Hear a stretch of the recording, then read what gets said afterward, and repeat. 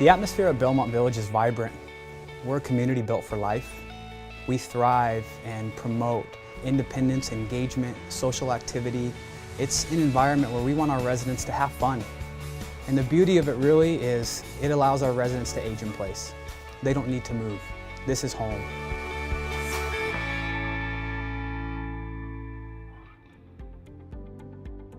When you belong to a community, it makes you feel safe. It inspires you to thrive. It honors your achievements, and it makes you feel at home. For nearly 20 years, Belmont Village Senior Living has created communities that have enriched the lives of seniors and their families, providing places where seniors lead healthy, purposeful lives under the care of staff who truly understand their needs.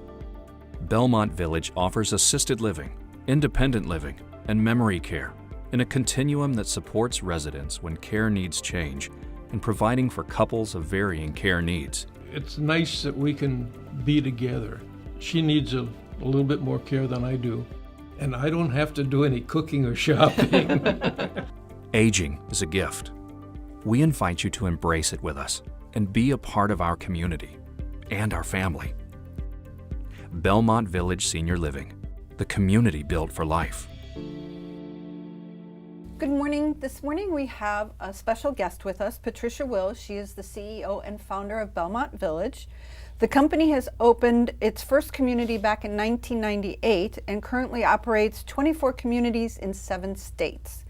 They have 2 communities here in San Diego, one in Cardiff and one in Sabre Springs, and they are currently in the process of constructing 2 new communities, one in Calabasas and one at UC Berkeley. The company has its first international project as well in Mexico City. Welcome to Patricia. Thank you, Patty. Pleasure to be here. Patricia, thank you for joining us today, and we're very excited to have you here. You guys are really a leader and the leading edge of senior communities and senior campuses here throughout the United States. So let's get started. We understand that you got involved with senior living communities because of your family situation, so please tell us about that and how it morphed into what you do today. Years ago, when I was raising my children and working very full-time, my mother-in-law developed what we now know to be early-stage Alzheimer's disease. Back then, we didn't have the tools to get a true diagnosis, so she alternated between living at home, psych wards in hospitals, skilled nursing, and invariably would wind up coming back home with diminishing capabilities. I began to think about her situation and our situation as a family and said, surely I can't be the only person in the world going through this. There's got to be a broader set of people and also a set of solutions. That kind of set me on a path where not finding a solution that was appropriate, and we had caregivers in the home, but I often say today that it's easier to manage our 3,000 people working for Belmont Village than it was to manage 3 caregivers in the home. That set me on a path of thinking about what I originally conceived of as a better place. I began to understand that seniors have broader needs than those who lose cognition. And I began to research what was out there. The answer was very little. At that time, there was one seniors housing community in the city of Houston, which is where I was living, and that seniors housing community did not have dementia care. So that set me on a path of researching what was possible. And to be honest with you, Ron, I never dreamt that that would turn into, now 20 years later, 24 Belmont Villages and more coming. Well, that you were very intuitive, and so was that where the first one was here in California, or the first one was in Houston? No, the first one here in California came 15 years ago. The very first one was in Houston, about a mile from the Texas Medical Center, and about a mile from where I lived. And to be honest with you, although today we do a lot of demographic study before we choose a market, at that time it was my gut. It was about a mile from where I lived. I saw the need. I knew that it would be ideal to be relatively close to a major medical center where we could learn a lot. and just plunged ahead. Did you have the opportunity to actually see it where your mother-in-law was able to live there? No, or- very sadly, that's a great question. Very sadly, my mother-in-law passed before we finished the first building. But her husband, my father-in-law, and these two were very much like another set of parents. Years later, moved into that Belmont Village. He was very, very proud to live there. Of course, he wouldn't move in until he was 87. Prior to then, he said that was for old people. But he did live through our continuum there. He moved in as a very, very spry 87-year-old and eventually developed dementia. Was in our pioneer class of the program that we have for mild cognitive impairment, and eventually passed away on hospice in secure dementia. So he lived through the whole product line, had a great run there, and I was very grateful for the experience of seeing our product through the prism of a customer. I'm sure his life was enriched. His life was enriched, in fact, so much so that although he resisted moving in, as many of our seniors know that. do, I would come over there, with the dogs to take him out somewhere, and he would say, "No, I'm busy. I can't." And I think that pattern, which I saw in my own family, and that we see so often today, is really going to change over time as people become more accepting of the product. But most of our seniors say that they came reluctantly, and about 2 to 3 weeks after they're there, they are asking, "Why was I reluctant?" Oh, yeah. We hear that all the time where, gosh, I wish I had done it sooner. Yes, That's the line. that's the line. You kind of briefly touched on our next question, which is a lot of your communities have independent living, assisted living, and memory care under the same roof. How do you see that, having experienced it yourself firsthand, how do you see that benefiting families? I personally have lived this journey for 12 years myself and made the mistake of moving my parents into independent living without a community that had the continuum of care. And so I know what it's like to have to keep moving as things progress, and it's not fun. No, it's very, very difficult, and change is very, very difficult. Actually, our first community with that full continuum was here in San Diego, Belmont Village at Sabre Springs, and our Cardiff community has that same feature, and we do it as much as we can. What you find is the average age of the customer is pretty much the same, no matter what product type they're taking advantage of. We have a lot of couples, and what you find with couples is that people don't age in the same way. Some become a little bit more physically frail. Some may age and actually get better in the community. So they may come in with needs and actually begin to thrive and become independent. Some begin to lose cognition. Being able to take care of that age cohort with everyone thriving is what we're about. And I think that promoting divisions between the different services that we have is very, very tough. I think to say that somebody is independent one day who may change the next day and need help. I was just in one of our LA communities, and a guy who still runs a hedge fund in his 90s moved into the community in independent living, still lives in independent living, drives a great big blue Bentley, and seriously, but he had an episode where he had to be in the hospital, and when he came out of the hospital, we were able to provide his care for him. And he said, it took a lot of convincing to get me to move in here. It was actually his girlfriend who convinced him. But not his children. Not his children. And I never really thought of myself as needing assisted living, but for that several weeks or month where I was getting services to get me back on my feet, he said it was golden. So that's why we include all the product types. It helps, it definitely helps, because what we found is as my parents made friends in one location, every time we moved, it was harder and harder It's for them starting to all make over again. moves. Yeah. So, I mean, just for people that are viewing this, so they were saying Cardiff. I just wanted Cardiff is Cardiff by the sea. It's a beautiful coastal property, which I love and adore. And then there's Sabre Springs, which is a little more inland. So if you want sunshine, warmer weather every day of the year, then Sabre Springs. If you want a little more coastal fog element, then Cardiff by the Sea is absolutely gorgeous. That's right. I say lemon trees or surfboards. So you are in a unique business space. You are the developer and owner and operator of these senior communities, which I think is fantastic. You really have invested in each community. Why did you choose that path?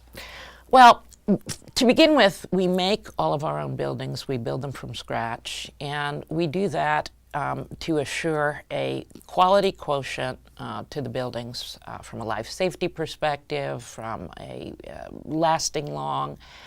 But also, we're building the buildings for the people who live in them. And the design is very informed to be safe, to be welcoming, but to make sense in the context of who lives there. With respect to operating the buildings, when I started out, I really didn't think that that was the business I was getting into. We thought we could find somebody who would be able to do that. And during the 1.5 to 2 years where we were under construction on our first building, we couldn't meet who we wanted. So we did what I thought was unthinkable at the time, and take out a blank sheet of paper and build an operating company from scratch. With respect to staying with the buildings long term, we don't manage anybody else's buildings. So we take all of the research and infrastructure that we have and give that infrastructure to the buildings that we own long-term with institutional partners. That gives us the luxury of understanding how the product and service behaves over a long period of time, of taking care of our buildings because we know we're going to be there. I'm about to celebrate 18 years in Houston. We just celebrated 15 years at Sabre Springs, and we're still building brand new. But we want everyone who moves in to have the experience of a brand new building because this is their home. Have you written a book? No. No time for that. No time for no, but I mean, I'm just again, I love entrepreneurship, and I just can imagine you must have a stack of paper napkins somewhere where all this is written on, or cocktail napkins. I don't know if they're cocktail numbers or scraps of paper or Post-it notes. Post-it notes on the night table. But that would be a great story, so I encourage that when you have a spare moment. Beyond the physical buildings that you've built, your company's known for integrating the latest research findings into your operating programs. So how have you accomplished that, and what impact does that have for your residents? From the very beginning, not having a go-by in order to create either the buildings or the operating company, we reasoned that mining the academic community in particular to find out all that one can find out about seniors was the way to go. Good news is that the field of gerontology has developed tremendously. Neuroscience has developed tremendously. But even in areas like hospitality and nutrition, the great schools are now very focused on the senior mind and body. What we've done is sponsored research, engaged in research, and then taken the research findings and brought them into program design in our communities. A great example of that is a study that's been going on for a number of years with Vanderbilt University, looking at our program for mild cognitive impairment. It's a structured program within assisted living that allows residents, on the one hand, to live a very normal, holistic life, but at the same time participate in a program that fosters brain strength. The research findings for that were out there. We simply mined the research and put it into a very structured curriculum that literally thousands of people take advantage of today. Oh, that's awesome. So that curriculum, does it involve the nutritional aspect, meaning meals, the physical aspect, meaning exercise, and the mental aspect, because I just read another article recently, because I'm constantly reading as well, being afraid that I might need that at some point in time, that they're finding that, everybody kept saying, do your crossword puzzles, do your Sudoku, but all that mental stimulation really isn't enough. It needs to be a full package. That's absolutely true. For starters, your crossword puzzles and Sudoku are probably not the best things for you. What's best is to learn new things. So if you're comfortable with the New York Times crossword puzzle, that's great, but you're relying on long-term memory for word formation.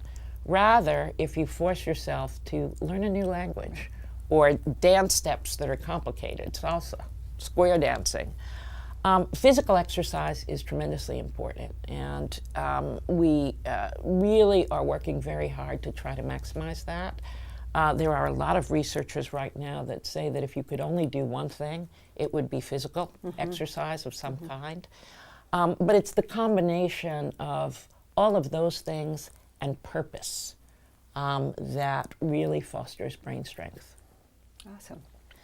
Well, before we close out this segment, I do want to go through this amazing list that you're so involved with, which really keeps you on the forefront of what's going on. And the first one, which I'm very dear to me, is you're on the current advisory board of the USC School of Gerontology, and as we talked about, we're a big USC fan. So congratulations on that. Red and gold. And we beat another, anyway. Right on. Chairman Emeritus of the American Seniors Housing Association. You're on the boards of both the California Seniors Housing Association and the Argentum, am I pronouncing that? Yes. Argentum, the largest national association of senior living providers. No wonder you don't have time for the book yet. We'll get to that. So, obviously you feel this is part of your mission, and I just applaud you for that. How does this keep you engaged, and what do you see going forward? Well, I think the whole business of advocacy for our seniors is terribly important. I have been, in addition to all of those, in charge of our chapter of the Alzheimer's Association. I think that it's not enough to wake up in the morning and just do your business. We have a tremendous amount to learn, and by engaging with the academic community and fostering research and also encouraging students to become part of the field of gerontology, I think that is very much a part of my mission. Again, the academic centers have been very important to us in terms of structuring program. But at the end of the day, the primary objective is advocacy. And I think that the associations that I have led and belong to are very engaged in describing the issues that are facing our seniors and in joining public officials in finding solutions. And I just want to congratulate you for being really a full-service corporation and a full service to our seniors. And as we talked about, I hope we get a lot of millennials that do watch this show who want a purpose in life. This is a great and booming field that they should look at as a profession, and moving forward. Wouldn't you agree? I can't think of an industry or a career path that one is going to have more demand than this one. If you look out at the baby boom generation and what's going to happen when we crest and need care, together with the richness, to make a living in a field that really has a purpose, where you do great by doing good, is, I think, something that really is attractive to millennials, and I love carrying that message to my kids and to their friends at universities. It's just a wonderful opportunity. Well, thank you. And Patricia, thank you so much for being here today. It's been an honor to get to meet you and chat with you, and we hope that you'll come back in the future and share your growth in both international buildings and local buildings, and I'm really excited to see how you do on the college campuses. I think that's going to be a phenomenal growth for you as well. So thank you so much. Thank you, Ron and Patty. Thank you. And stay tuned for more Senior Stay or Go TV. When you belong to a community, it makes you feel safe. It inspires you to thrive. It honors your achievements, and it makes you feel at home. For nearly 20 years, Belmont Village Senior Living has created communities that have enriched the lives of seniors and their families, providing places where seniors lead healthy, purposeful lives under the care of staff who truly understand their needs. Belmont Village offers assisted living, independent living, and memory care in a continuum that supports residents when care needs change and providing for couples of varying care needs. It's nice that we can be together. She needs a little bit more care than I do, and I don't have to do any cooking or shopping. Aging is a gift. We invite you to embrace it with us and be a part of our community and our family. Belmont Village Senior Living, the community built for life.